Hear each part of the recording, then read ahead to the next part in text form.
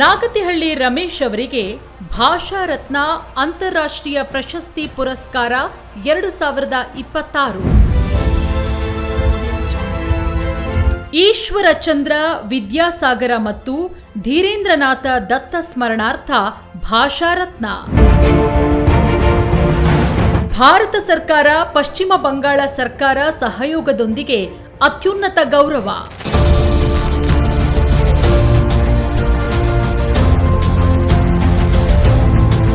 ಅಂತಾರಾಷ್ಟ್ರೀಯ ಖ್ಯಾತಿಯ ಕನ್ನಡದ ಕವಿ, ಚಿಂತಕ, ಕೃಷಿಕ, ಚಲನಚಿತ್ರ ನಿರ್ಮಾಪಕ ಹಾಗೂ ಸಾಮಾಜಿಕ ರಾಜಕೀಯ ಕಾರ್ಯಕರ್ತ ನಾಗತಿಹಳ್ಳಿ ರಮೇಶ್ ಅವರಿಗೆ ಮತ್ತೊಂದು ರಾಷ್ಟ್ರೀಯ ಪುರಸ್ಕಾರ ಸಂದಿದೆ.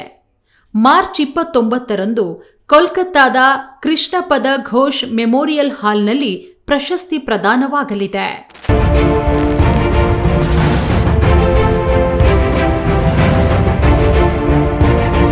ನಾಗತಿಹಳ್ಳಿ ರಮೇಶ್ ಅವರು ತಮ್ಮ ಸಾಹಿತ್ಯ ಕೃತಿಗಳು, ಕಲಾತ್ಮಕ ಸಾಧನೆಗಳು ಹಾಗೂ ಸಾರ್ವಜನಿಕ ಚಿಂತನಾ ಚಟುವಟಿಕೆಗಳ ಮೂಲಕ ಹೆಸರುವಾಸಿಯಾಗಿದ್ದಾರೆ. ಭಾಷಾ ಮತ್ತು ಸಾಂಸ್ಕೃತಿಕ ಗಡಿಗಳನ್ನು ಮೀರಿ ಅನೇಕ ಪೀಳಿಗೆಗಳಿಗೆ ಪ್ರೇರಣೆಯಾಗಿದ್ದಾರೆ. ಅವರ ಈ ವಿಶಿಷ್ಟ ಸಾಧನೆಗಾಗಿ ಈ ಪ್ರಶಸ್ತಿ ಪ್ರದಾನ ಮಾಡಲಾಗ್ತಿದೆ.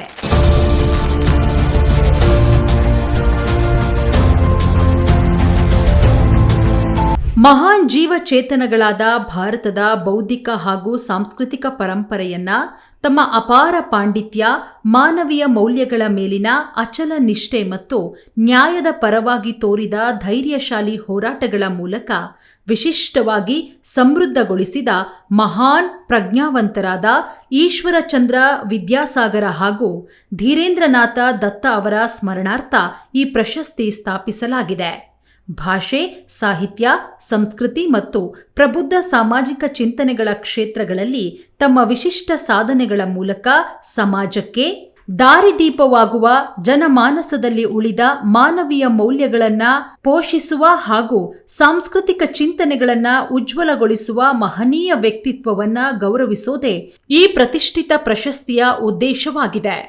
ಹೆಮ್ಮೆಯ ಕನ್ನಡಿಗ, ಕವಿ, ಬಹುಮುಖಿ ಚಿಂತಕ, ಸಂಘಟಕ, ಕೃಷಿಕ, ರಾಜಕೀಯ ವಿಶ್ಲೇಷಕ ನಾಗತಿಹಳ್ಳಿ ರಮೇಶ್ ಅವರು ಇಂತಹ ಗಣ್ಯ ಪ್ರಶಸ್ತಿಗೆ ಭಾಜನರಾಗ್ತಾ ಇರೋದು ಇಡೀ ಕರುನಾಡಿಗೆ ಸಂದ ಗೌರವ.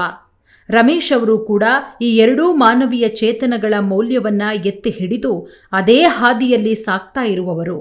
ನಿಮ್ಮೊಡನಿದ್ದು ನಿಮ್ಮಂತಾಗದೆ ಎಂದು ಕವಿ ನಿಸಾರ್ ಅಹಮದ್ ಹೇಳಿದ್ರು. ಆದರೆ ರಮೇಶ್ ಅವರು ಹೇಳೋದು ನಿಮ್ಮೊಡನಿರುವುದು ನಿಮ್ಮಂತೆಯೇ ಇರಬೇಕೆಂಬ ಕಾರಣಕ್ಕೆ.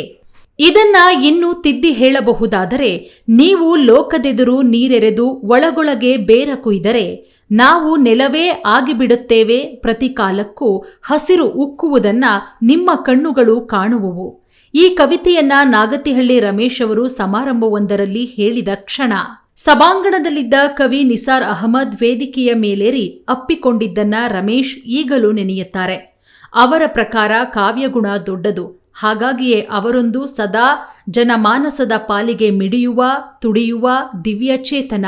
ಇನ್ನು ಇದೀಗ ಭಾರತ ಸರ್ಕಾರ ಮತ್ತು ಪಶ್ಚಿಮ ಬಂಗಾಳ ಸರ್ಕಾರದ ಸಹಯೋಗದೊಂದಿಗೆ ಯುನೈಟೆಡ್ ಜರ್ನಲಿಸ್ಟ್ ಫೋರಂ ಮತ್ತು ಆನಂದ ಬಹಾರ್ ಹೆಮ್ಮೆಯಿಂದ ಭಾಷಾ ರತ್ನ ಅಂತಾರಾಷ್ಟ್ರೀಯ ಪ್ರಶಸ್ತಿ ಪುರಸ್ಕಾರ 2026 ಪ್ರದಾನ ಮಾಡಲಾಗ್ತಿದೆ.